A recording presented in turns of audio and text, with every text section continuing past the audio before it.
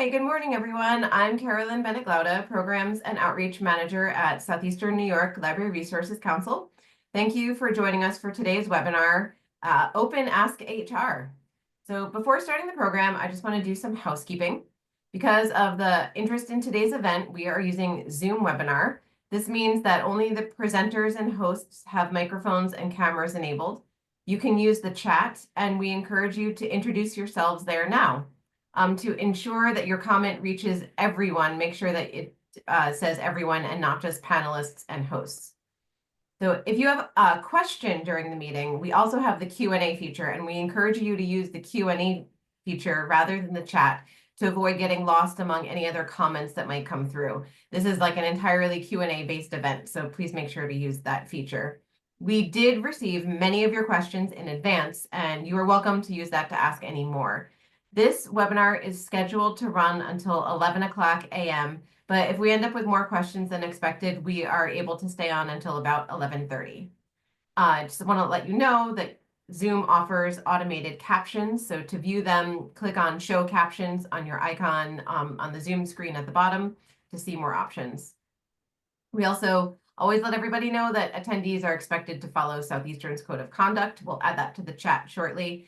In short, please treat all staff, event attendees, and speakers respectfully, and those who do not will be subject to being removed from the meeting. As you can see, we are recording today's event, and we will make the recording available to you as soon as we can upon the webinar's conclusion. We'll send you that link as well as a form to evaluate the panel discussion and a request for a certificate of attendance. And we'll also send you a document with notes and questions and answers that might be generated from today's discussion. Finally, I'll be in the background throughout the meeting, so please contact me through chat if you need any kind of technical assistance. And with that, I'm happy to turn over the program to Stephanie Cole-Adams.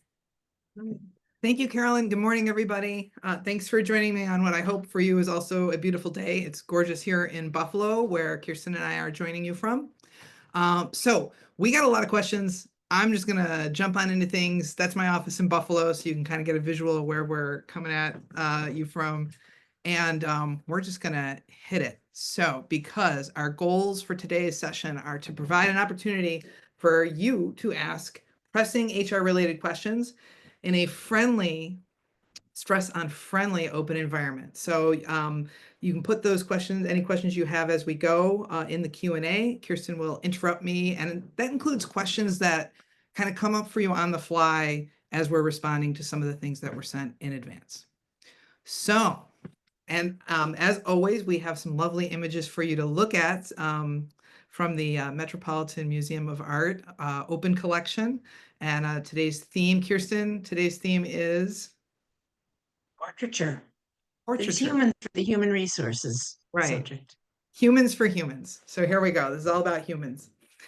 So I have questions already, Cole, if you would like to start off with a couple. Let's hear them, yeah. Okay. First one. An ED reports to the board.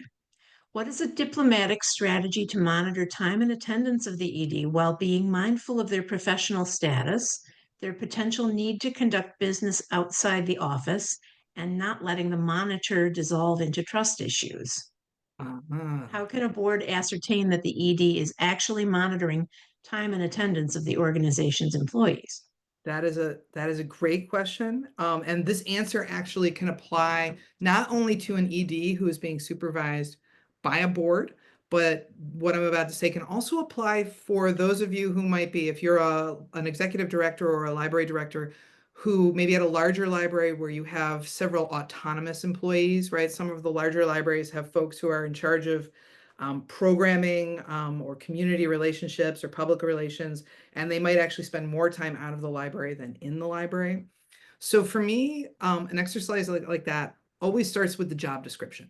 And of course, for those of you who've done trainings with me before, you know I get a bit of a bee in my bonnet about making sure that job descriptions are up to date and that they contain an accurate recital of what are the required qualifications and essential duties and routine tasks.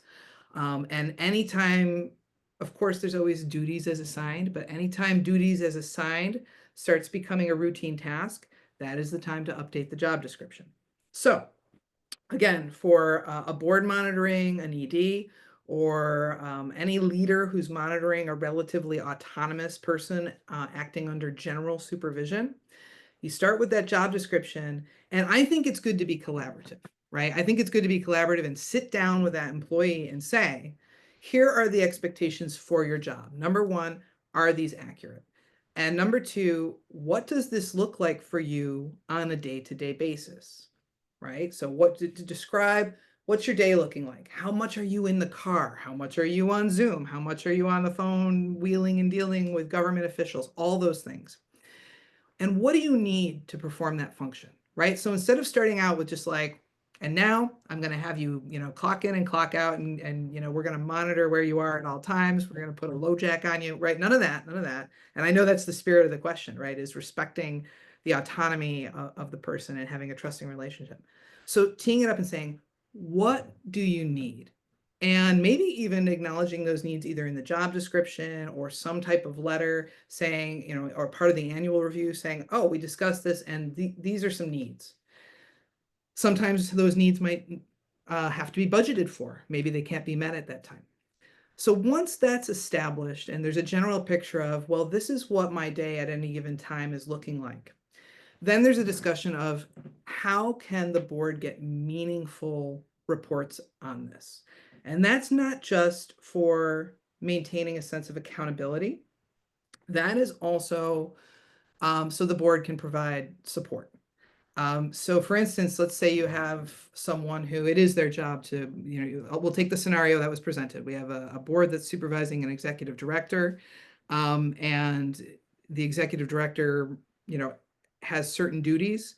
Number one, if the board is expecting that that executive director will be there physically, that should be in the job description, right down to physical presence, walking the floor, interacting with the public in a meaningful way, at least once a day, right? Meaningful contacts in person with employees. A lot of executive work can be done remotely, but when you are leading a team, I never say never, but there should be clarity about how much is that person supposed to be there versus not, and what are the outcomes, and then how is that being reported, and how would what does the board want to hear? If the board wants to hear, I was in the library Monday, Tuesday, and Wednesday. I attended part of I attended part of these programs. I met with these people. If that's what they want to hear, then that's exactly what they should be asking for. And there should be a template for that. In other words, while it's wonderful, because of course, sometimes when if you have a great employee, this is just going to happen. It's going to happen organically.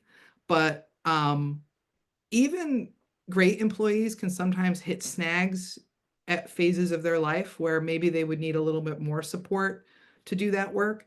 And so by setting this up, again, what is your job, updated job description, discussion about what does your day look like, what do you need to do these things, and then a template for some type of meaningful either reporting or monitoring so that the signs, the actual signifiers that the things that are the board's expectations are being done are being routinely reported on. That's the way to do it. And couching it in needs versus monitoring is the way. Yes, thank you. That was a very good question. Next one. Okay. And we're getting several questions, and I want to be respectful to the flow, so I might skip yours and come back to it. I promise we'll get to all of them that we can. That was a lawyer promise. It's rubbing off, Cole. Yeah. Can you please speak to the differences in library clerk, library assistant, or other front desk staff positions? I think this is another job description one, isn't it? The job description one. And unfortunately, I just talked about lawyer promises. I'm going to give a lawyer answer, which is I can speak to the difference a little bit. But one of the things that I've learned over the years working with libraries is that while there may be some standard civil service job descriptions that are informed by state civil service and that have been worked on, the diversity and variety of job descriptions that your local civil service agencies are imposing upon you, and for a lot of you, this is going to be no secret, are just in some ways hot chaos, right? and very often require updating. Because it's important that people are doing the jobs that they are hired to do. If you're in a civil service situation, it's important that they are not deviating seriously, especially into work that is part of the job description of others.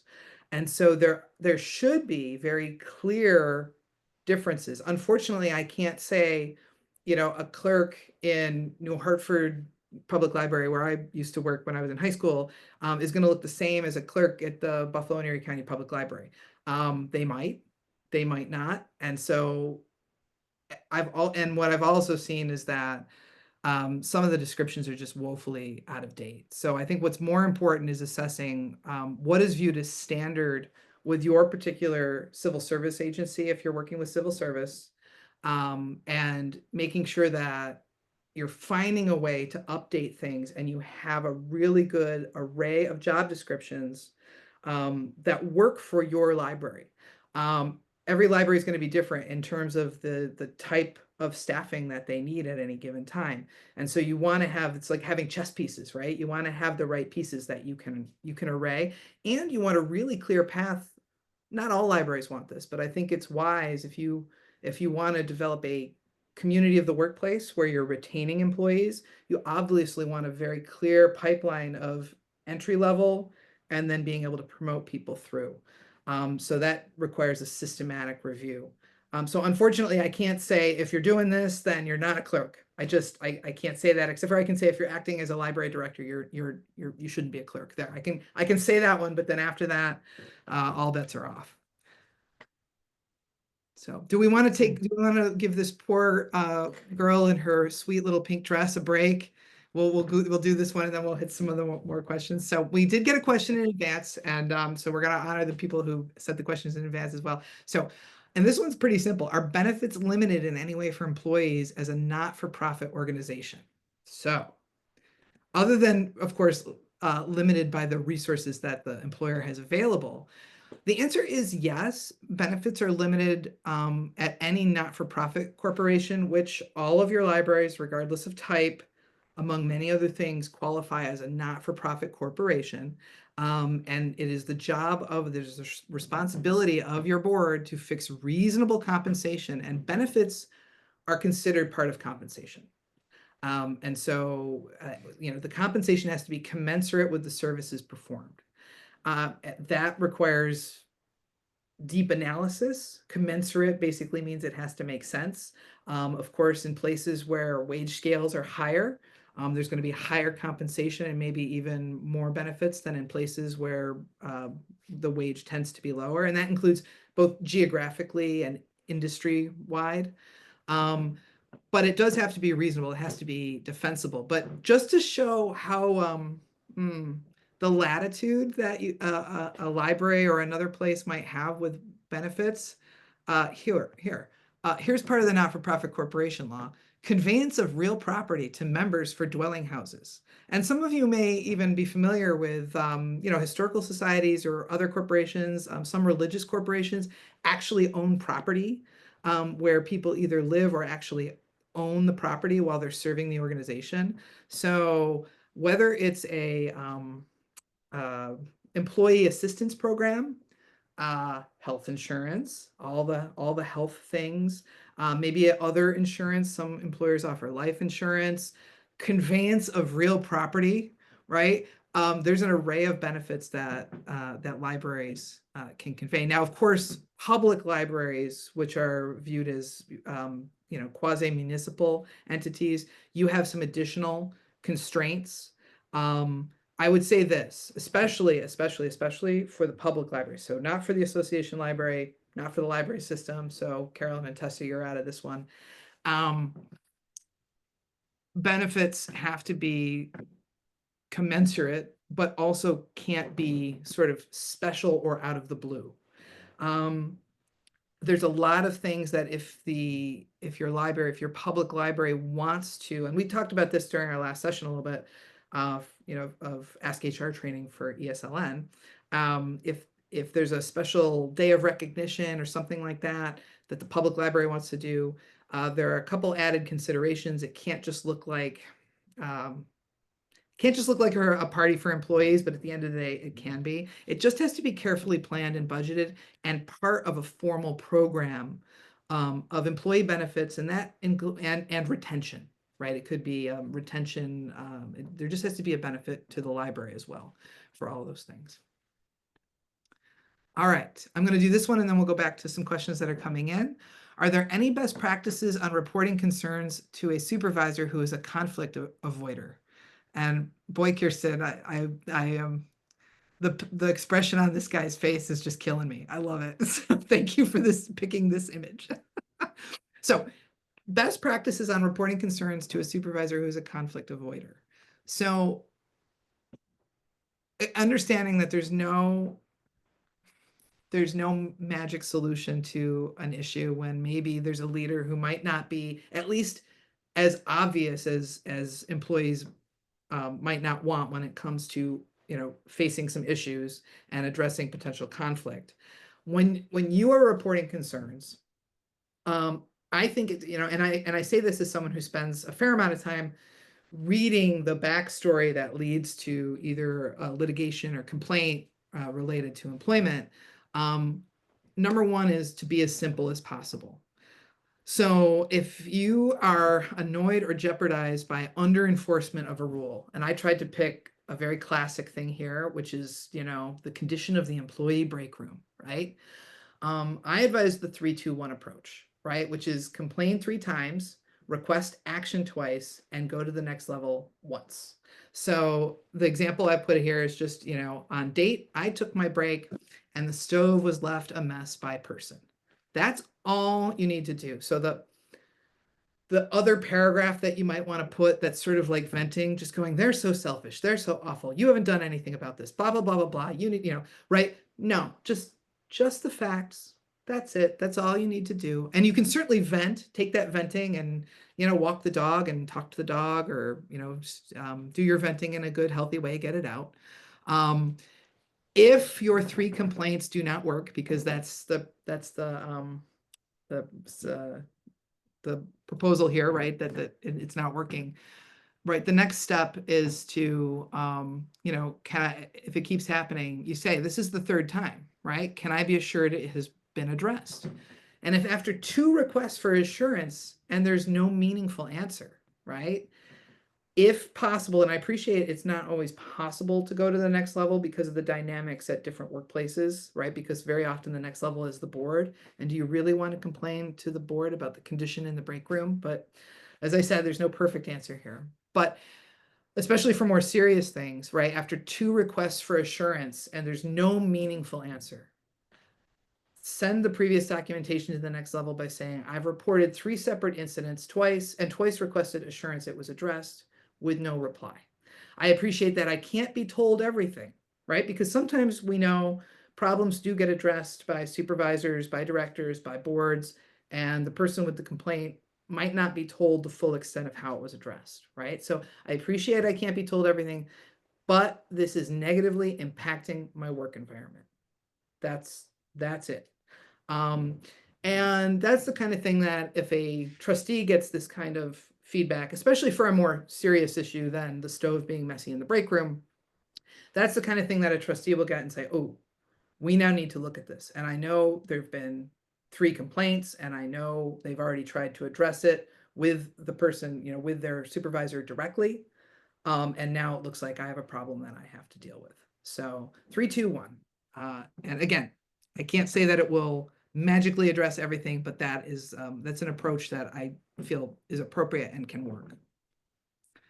All right. Do we want to take a couple more that are coming on in? Yeah, and I'd also like to recommend to your attention down below at the bottom of the screen, there's a series of buttons. They may be hidden if you put your cursor down there. There's Q&A. That's where the questions are going. If they go into the chat, I may lose them, and I don't want to lose your question. So if you would type them in there, then I can keep track. What is your recommendation for a personnel policy? Ours is over 50 pages and we are unsure of what to remove. Oh my. So my first recommendation for a personnel policy is to go to, and maybe Kirsten can find this, to Google it, but if not, we'll put it in some documents afterwards, because we're going to send a report out to people, is to go to the New York State Department of Labor mandatory postings. So if you Google that, the New York State Department of Labor has this great chart. Everybody, a lot of people know I love to work with charts. It is a great chart of mandatory postings. Those are the things that by law, whether you've adopted a policy or not, have to be posted. And so those are the things that should be in your personnel manual, or at the very least posted at, in a visible area that's accessible to the employees. So that's number one. And then after that, after the things that must be said to your employees, workers' compensation disclosures, things like that that are required by law, it's down to what do you want so for the leaders here, what do you want to be able to point to give your employees guidance? I think one of the most important things is letting people know how can they take time off to take care of themselves and their family. And how does that work? And so there should be very clear language for using either paid or unpaid sick leave, depending on what type of library you're at. You might be offering, or the size, you might be offering paid sick leave or unpaid sick leave. Another thing would be making sure employees have clarity about when can they go out on disability for non-work related injury. What do they do if they get a work related injury and they have to be out? I think that those are some of the most important things. And then also, if your library either has to offer or has elected to offer paid family medical leave, these are clarity on these topics is so important to your workers. And thus, it's also really, really important to your library. And so I would say paying attention to those things. Obviously, if New York State retirement, clarity about New York State retirement and retirement plans is very important as well. So, and then as leaders, what are the most important things that need to be put into policy for maintaining the type of atmosphere that you want to have at your particular library? I think putting the ALA Code of Ethics, or the Code of Ethics as adopted by NYLA, which is also the ALA Code of Ethics, right there in the policy book is very important. And then talking about what type of atmosphere you want the employees to help maintain. Some libraries these days really are functioning at least partially as community centers, and there's no longer an expectation that there's just dead silence, and there's some level of interacting with the public, and at the same time giving employees boundaries for when to stop the personal engagement to make sure it's not distracting to others. So all those little guidelines I think are really important, but definitely start with the mandatory stuff. And I will say this, if your manual is 15 years old, in some ways it may be safer to simply discontinue it, adopt the policies that you find on that New York State Department of Labor site, and start afresh. It's actually easier than retconning, right, an old document. Now, I say this, many of you will be at a library where there is a collective bargaining agreement in place. If there's a collective bargaining agreement in place, changing any policy can have, I don't want to say dire consequences. It's important to be intentional about changing policy when there's also a collective bargaining agreement in place. And anytime there's a union and a collective bargaining agreement, there really should be an attorney who's helping on policy revision at all times, because the stakes are much, much higher if you make a policy change that could be construed as a violation of the collective bargaining agreement with the union, right? So just DEFCON 1 on that one. Next question, and then we'll do this one. An employee was hurt on the job. The employee asked to use PTO while out for surgery and recovery. The employer was reimbursed for the advance payment by NYSIF. Should that reimbursement go to the employee? No, the employee is no longer working at the organization. Oh my goodness. So obviously, there's about 16 pieces of paper and lots more questions that I would want to, before I ever commented on a situation like that specifically, there's a lot more homework I would need to do. But I will say this, the idea that paid time off was used during the surgery for a workplace injury issue is sending off like a for me, because that should have gone through most likely. Okay, I'm gonna weasel word it, but most likely that should have gone through workers' comp.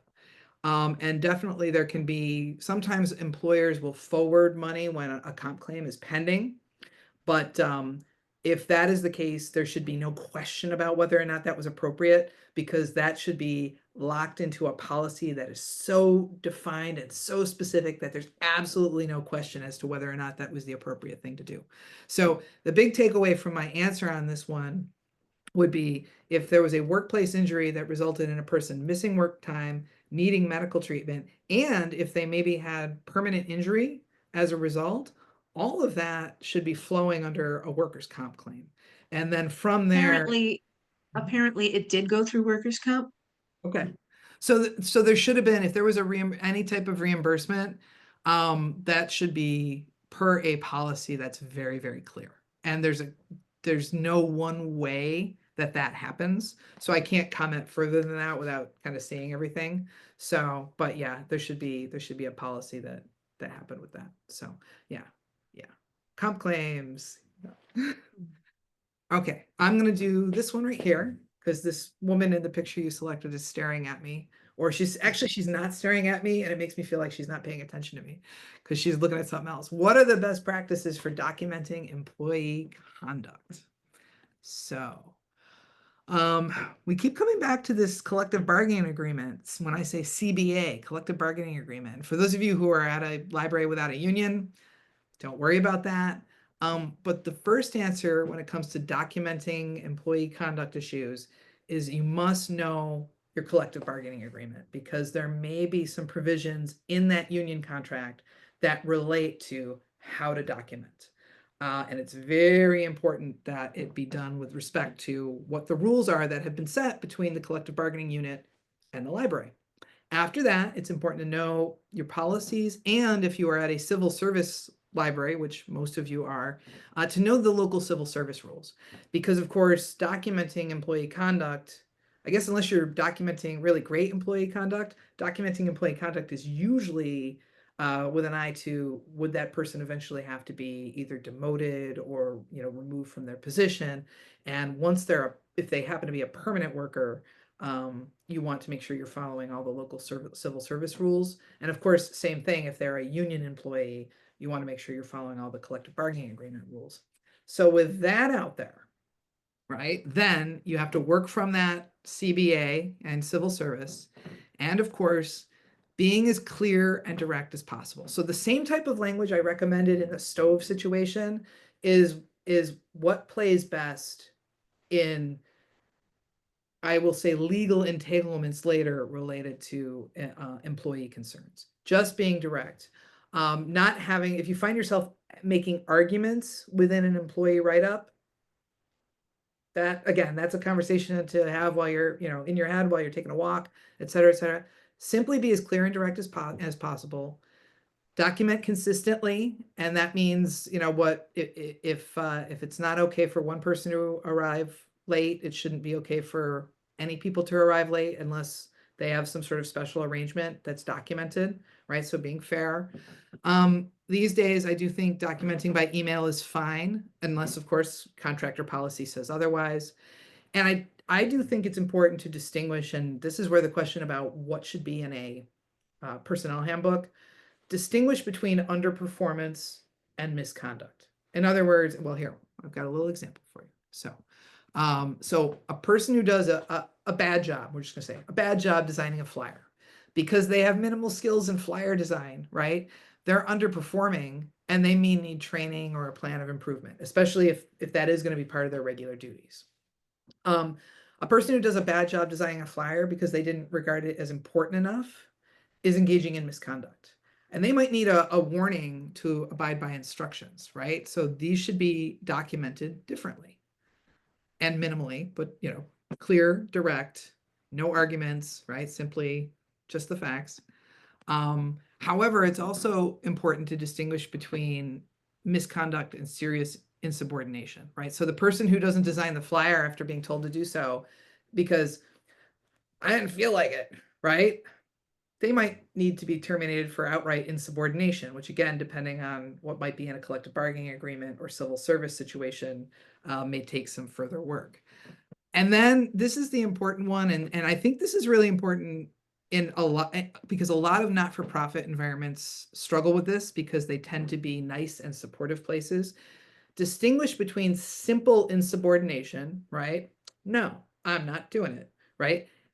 And what I call, this is not a legal term, this is what I call it, serious insubordination, which is manipulation, insults, maybe intimidation, etc.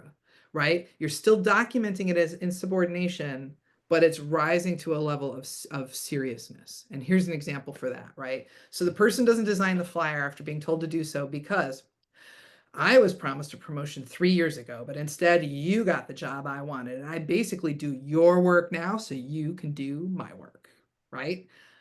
I would love to say that I invented this example, and it's certainly it's a fictional example, but it's inspired by some real things that I've heard in my work, right? This is not just insubordinate, it's manipulative. Even if some of what's in there is partly true. And that's where serious misconduct, right, needs to come into play. And it's serious insubordination because it's not just the person saying no. They're also starting to get toxic and play games. This also happens with people who are being, they can be, again, harassing or maybe threatening. And I think sometimes people can be so good at it that the supervisor may not either recognize it or might try to be like, okay, yeah, well, sure, I got the job they wanted. I understand. You can be understanding, but you still need to. This type of attitude is painful to everybody who witnesses it, and it's highly destructive in the workplace. So this needs to be documented as insubordinate, and you don't have to justify why it's serious misconduct. It is. Anybody from the outside reviewing it will go, oh, that is an inappropriate comment right there. So you, again, if you find yourself arguing with yourself in write-ups, don't do that. You don't need to do that. Okay. I'll see if we got any comments on that or follow-up questions before we go to this next one.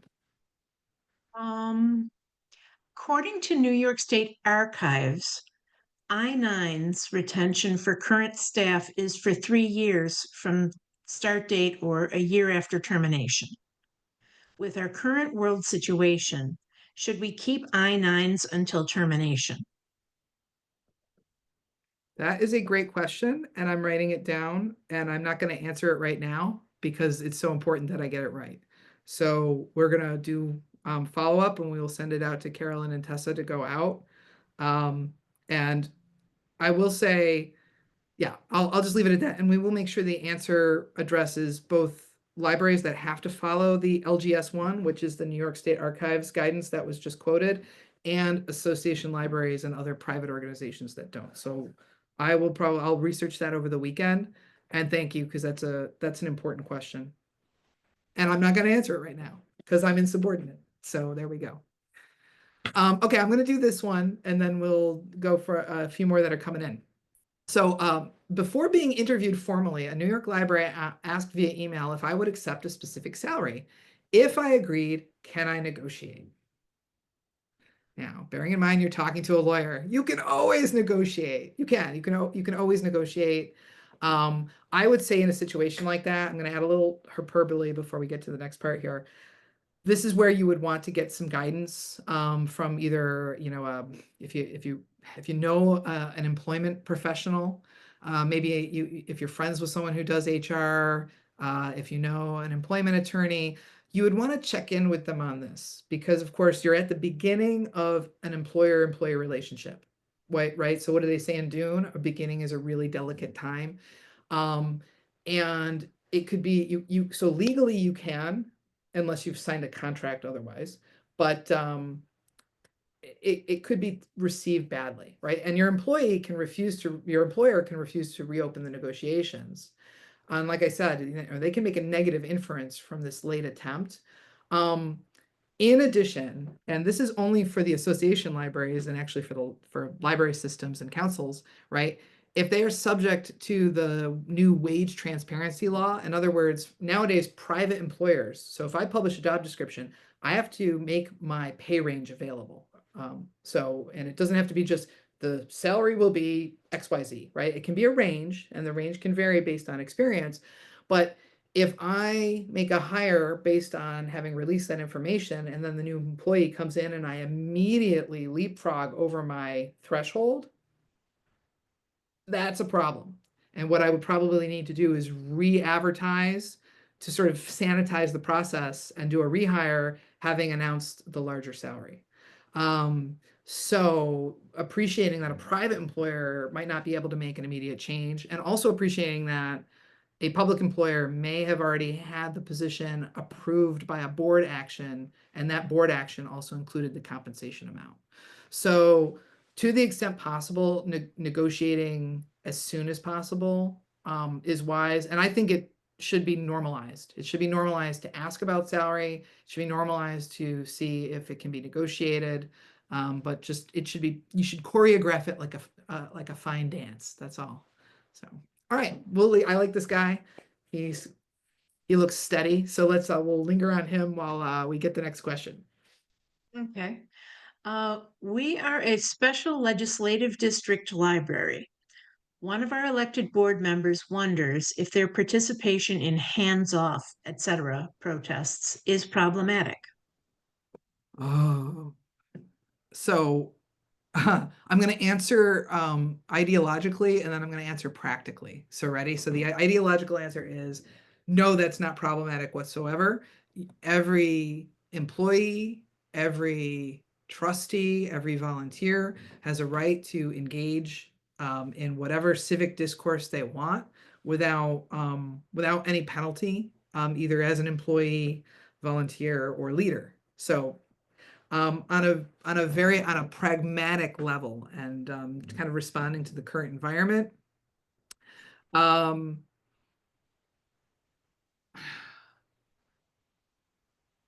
It's a known risk. I'll just say it that way, right? So we know right now that certain actions are being paid attention to, and certain consequences are being imposed for certain actions. And I think as long as everybody goes into their own personal living up to their own personal conscience when it comes to what to do and say. I think that you have to go in and take that risk with eyes wide open. Maybe don't wear your t-shirt that says the name of the library that you're helping to lead while you're there, right? Just make sure that there's a real good boundary between what you're doing in your private capacity and what you're doing in your capacity as a leader or an employee. But and then just be ready to pay attention and to have a wide array of responses, risk management responses for the current times, which I would be saying regardless of, whether or not, let's put it this way, whether or not you're out there engaging in any type of, peaceful assembly, First Amendment discourse, etc. Every library needs to be engaging in some risk management for the current times above and beyond what's usual. So I would say, other than that, just making sure there's a nice firewall, right? A good, effective firewall between anything you're doing for the institution and personally. No, absolutely not. No problem. Well, problems, but not a legal problem. So as a fiduciary, thank you. We do have some subject matter experts in the chat addressing the I-9 question. Oh, good. So that's Take a nice. screenshot for me so I can crib it. I'll catch it for you. What documents should be in a personnel file? Yes. And actually, you know what? We're gonna hit that because we got that. That was a question that got submitted, and we actually have some slides on that. So you know what? I'll go through a few more slides, and maybe we'll get to that one, and then we'll take some more verbal, in the moments. So we've got a question. I'm struggling with trustees who say and make decisions that I think aren't kosher with labor law, particularly around raises. Suggestions? I do have suggestions. So Compensation issues are very high stakes. But compensation really should be reviewed, once every few years, just to take a look and make sure that whatever your library has decided, wherever it wants to be on wage scale, to make sure that it's still where it wants to be. And that might be even if your library is intentionally lower than the average on wage scale, but just making sure you're where you need to be. I think it's always good to get neutral outside opinions for a compensation analysis. And you don't need a lawyer for that, an HR person. Frankly, even an accountant, like someone who just knows how to look at the numbers and look at things in the aggregate.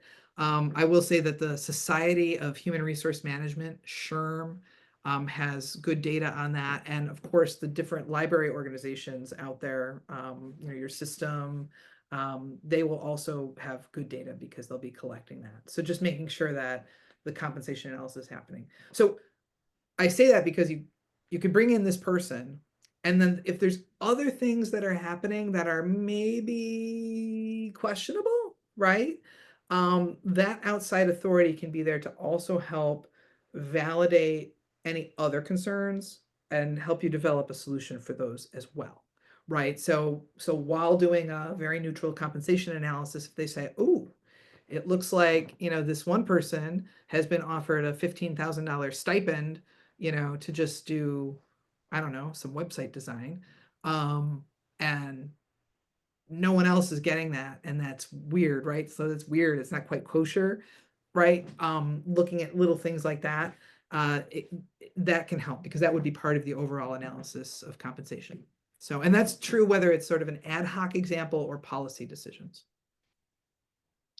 Question, I am interested in instances where accommodations conflict with the needs of other employees, such as allergies to dogs and other service animals. So dueling ADA accommodations. Yeah, this is my sophisticated answer. Accommodations are tough, no, but they are, especially in smaller places, right, with limited budgets. And what is reasonable at one library might not be a reasonable accommodation at another library. And so for those of you who, if you haven't heard me sing the praises of askjan.org, I will re-sing them right now, and I'll just show you why it's such a helpful site for this kind of issue. So as you can see, askjan.org has this wonderful A to Z list of common and not so common disabilities that people may come to their employer with, and it then lists what are some accommodations. So in this case, I went with, if someone's going to be allergic to a service animal, right? What are accommodations for employees with allergies? And then also they have actual real world solutions and results. So we have this issue here with the service dog. An employee with allergies to multiple allergens asked to bring her service animal to work to help with detecting and avoiding allergens. In this case, the employer granted the request. And you can see if you go through these examples, it shows, what gets considered in those things. But I will say, it really does come down to, what is going to be the most reasonable thing. And that can't be something that the decision maker, whom very often it's going to be the director, right, is just, this is another piece of your day. It can't just be, well, I think this is fair and that's what we're going to do. It should be documented, and starting with a place like Ask Jan, where the different accommodations are reviewed. So again, going back to this page here, right? Looking at, well, what are typical accommodations, and seeing, because there's not just one set of accommodations. And just to be clear, when people request accommodations, they might not get the precise accommodations that they request, but they might still get some accommodations. And that's what the menus on Ask Jan are really helpful for. So it may be that some type of middle ground could be identified and then documented. Or, maybe not. Maybe one person won't get what they want and the other person will.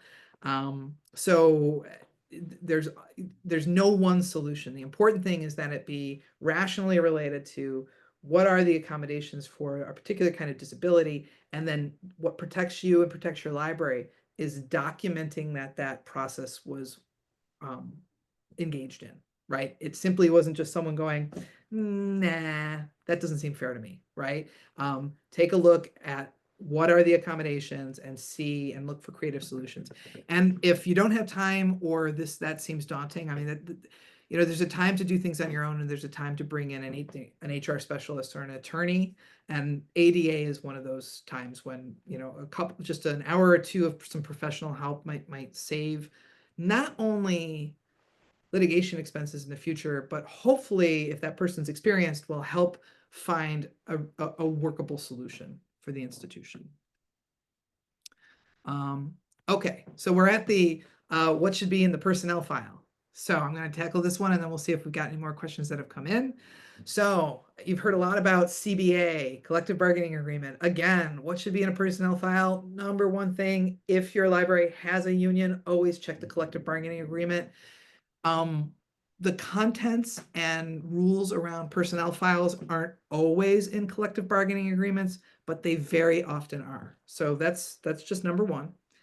Then after that, it's important to define within your institution what is in a personnel file and what isn't. So there's no law on this, right? So what the law does is the labor law and other laws in New York State govern the different types of documentation you have to generate and maintain regarding employees. But it doesn't say which ones have to be in a particular file for the most part. Although many of those laws do come with confidentiality requirements. So for instance, a sexual harassment investigation, a whistleblower investigation, a conflict of interest investigation might come with some confidentiality requirements. But it's really good to define what's in the personnel file and what isn't. And personally, again, because there's no one rule on this, but I think it's wisest to have all investigations, benefits administration, accommodations, all of that should be in files that is easier to keep confidential and viewed on a need to know basis, and they should be in different places. Maybe an accommodation letter once everything else is finalized, right? So that you don't want confidential medical information in the personnel file. So with all that said, my take on what should be in a personnel file versus all the other files would be the person's application, because of course, if later on it's discovered that there was fraud in the application, that might be a disciplinary issue down the line. Their job description, their contract, if there is one, their hire letter, and once they're hired, any letters that change their job, right? So if they get a promotion, if their job has changed, if their hours changed, etc., all those letters that define the relationship should be in the file. If it is a person who has a training requirement, the required training records to show that they have kept up on those requirements. Corrective action, disciplinary documents should be in the personnel file. And then termination documents, regardless of how the termination is accomplished. So when I say termination, it could be the person resigns, retires, is terminated, is fired. So regardless, because that end, it should read like a book, right? It should be the beginning all the way to the end. And that should be in there as well. And then there's a requirement now, and I've mentioned this before, but it's still a new requirement, so I'll mention it again. At the end of a job, again, even if a person quits, an employer has to supply a record of employment form with the termination letter. So their last day of work should be recorded, and they need to get a record of employment form, and we will put a link to that in the materials we'll send out. And that should be in the personnel file as well. All right. Can I talk about lunch breaks? Is there a specific dinner or dinner break? So my answer to that is no. I never talk about lunch breaks or any breaks from memory because it's so convoluted. But your friend at the Department of Labor have your back, and there is a great guide on this. And here's an example of the different hours and who qualifies for what when it comes to lunch break and dinner break. Now, none of you are running construction crews, I imagine. You might have hired some construction crews, but you're not running them. If you were, we would also have to talk about day of rest and some other things, or if you had any nurses on staff performing nursing work, but we don't have to worry about that. But I would say anytime you are coming up with your break policy, always go back to the Department of Labor. Always go back to their guidance, because it's they have the most nuanced breakdown, and of course, you're getting it straight from the source. And as you can see, because this is a screenshot from Department of Labor, all private and public sector employers and their employees who work in New York State are covered by the break law. So this is one that every now and again I'm just like, oh, association libraries, you don't worry about this, or on the other side, this is for everybody. Everybody gets a break, right? And so we'll send the slides out as well, so you'll get this. But again, I would say always just go right back to the source, and check in on it once a year when you update your policies, just to make sure Department of Labor hasn't, snuck anything new in on you.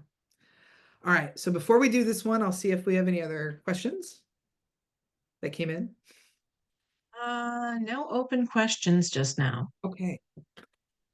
All right, well, everybody buckle up, because you're about to see me get on my soapbox. So what are your recommendations to tiny organizations, 3 full-time staff members, for offering medical coverage to the full-time employees? What is the best way to secure affordable and good health insurance? Whew. So I think if I knew the perfect answer to this, I don't know, I'd be retired on a beautiful island at some point. But this is something that I've seen work. So, and here's one of my great frustrations with the law in New York. It's illegal for small organizations to form an entity to negotiate for healthcare. It's a thing called a MUA, M-E-W-A, a multi-employer something agreement. I got to remember the W, but there can't be like a big group that negotiates for one contract for healthcare. But what I have seen work is a group of smaller employers form a consortia and basically say, where one of us goes, we all agree we will all go. And they bring that bargaining power to the table, and they work with a broker to get quotes, and then they see what they can do. And for those of you who have shopped out affordable care at a, from a smaller organization, you have very, very little leverage in the market. And I could talk about that forever. It is not fair, blah, blah, blah, but that's the reality. But I can say I did see a consortia of educational institutions use this approach once. So this is something that this could be explored either at a library system level. It could be explored at a council, so we have 9 regional library councils level. It could be explored in that way. It's a lot of work. It's a lot of work to hold that type of initiative together. The other way to do this is, of course, to work with a local chamber of commerce, who sometimes can play that type of role as well. But beyond that, I would say that's it. That's what I've got for you. And I wish I had a better answer, and I don't. What is the minimum number of hours that hourly staff can work? Yeah, wait for it. Wait for it. So there may be an answer to this in your collective bargaining agreement if you have one, right? So again, that's another one where you have to take a look, because certainly minimum hours would be something that a collective bargaining agreement will address, because it's the bargaining unit is trying to protect the interests of the represented employees. But the law does not set a minimum amount, right? So think about some libraries and other employers have temp workers, or they may have grant funded positions that really are, for minimal hours. However, an important piece here is that if you have a worker who is, say, for the last year, they've been working 20 hours, and then they get cut down to 5 hours a week, 2 hours a week, because there's been budget cuts. That worker, so remember I talked about that record of employment form? When someone's hours are seriously cut, a record of employment form needs to be provided to them now by law, because they can apply for unemployment to have those hours that were cut from their established average made up through unemployment. So that's just an important nuance on this question. I guess the one thing I'll add is that it's important to be, for those of you who are using temp workers who maybe are coming in once every 3 months or something like that, it is really important to have a clear letter saying what is the arrangement, because you definitely want to just, for example, for the sake of workers' comp, you want to track when is that person actually working and when aren't they, right? And that's the same for wage and hours and a lot of other things. as well. But yes, and unless the collective bargaining agreement says otherwise, and someone's going to work 2 hours a week, they're going to work 2 hours a week. And there's no minimum requirement. Okay, well, that brings us to our further questions section. So if we've got anything else that has happened in the Q&A. Well, we have someone asking where a record of employment form may be found. Yes, so I'm sorry to give you instructions, so now go Google this, but we're going to do that. So if you Google New York State DOL or NISDOL, right? New York State Department of Labor, and record of employment form, it will pop right up and you will see exactly what has to be provided. And again, that form now has to be provided when an employee leaves employment for whatever reason, even if they quit, even if they abandon their job, right? So let's say you have an employee who is, a 3-day no-show, and under your personnel handbook, that means that they've abandoned their job, and you now have to send them a letter. So there always, always, always by law needs to be a letter saying what was the last day of work. You always need to be able to show that the employee was sent the last day of work, even if you don't even know if this person is still on the continent. You still need to send it to their last known legal address and the record of employment form. Now, just because they get that record of employment form, which is what they use to go to the unemployment department to apply for unemployment coverage, that doesn't mean they're going to get the coverage. So if they no-showed, which basically is voluntarily quitting, if they were let go for really, really gross misconduct and you want to deny unemployment coverage, giving the form doesn't mean you've agreed that the person is going to get the coverage. You're just required to provide it by law. It makes the Department of Labor's job easier because it gets the process going. Hopefully people are finding it. I dropped it in the chat. Oh, thank you. I talked long enough to put it in there. Thank you. And All right. this is distinct from the COBRA form, correct?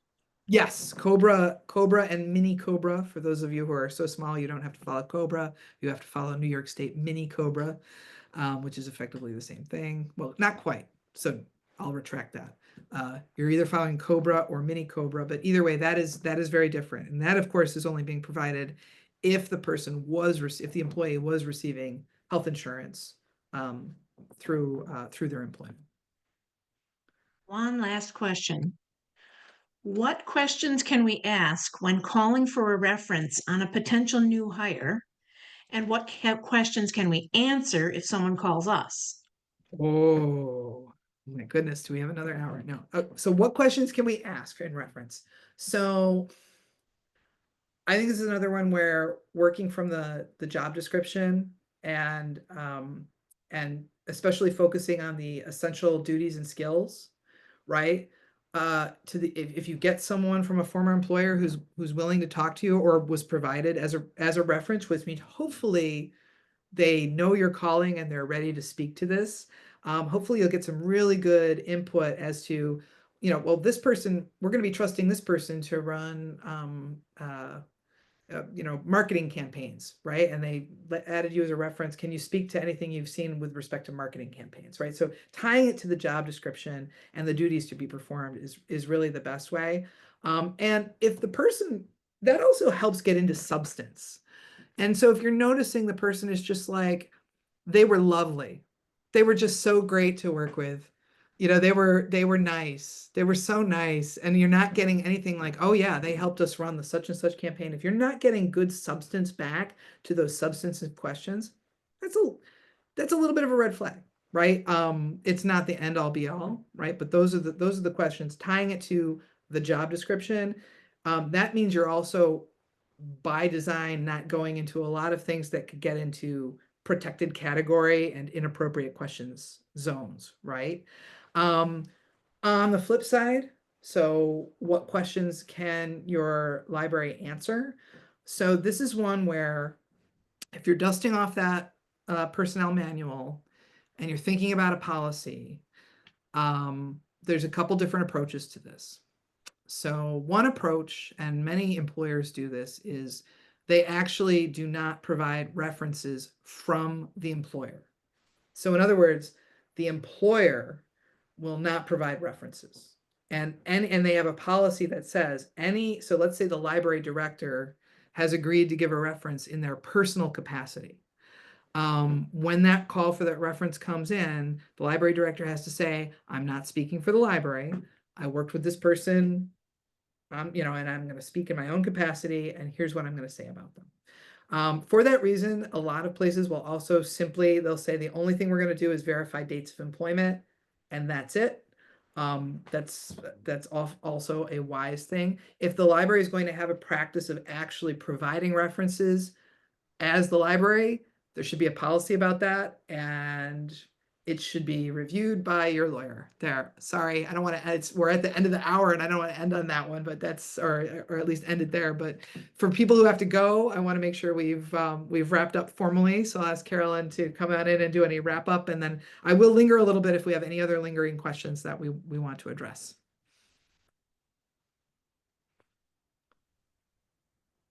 Thanks, Cole. I just dropped some links in the chat, which I'm sure many of you have noticed already. It's just a link to the certificate of attendance and the evaluation form, which will ask you to fill out. And I'll send those along to everyone again. If you were here in person, you'll get that attendance sheet list with the recording. And if you're watching this recording, you'll just get the evaluation and the recording. And any I guess we have generated a couple of things to follow up with, so we'll send a document with that as well. So that was just my little housekeeping thing, and I don't know if there's more questions or more that you need to cover, but we can hang out here for a few more minutes to let that flow. And if you want me to turn off the recording and say something off record, let me know and I'll do that. Yeah, why don't we turn off the recording in case there was something someone wanted to ask but not on the recording, and we'll hang for a little bit more until we hear the crickets, and then we can get about our Fridays and have hopefully a really great weekend after that. Sounds good. I've got one last question that could stay on the recording. It's a follow-up. Can you ask for a reference from someone the candidate does not offer as a reference? Yes, you can.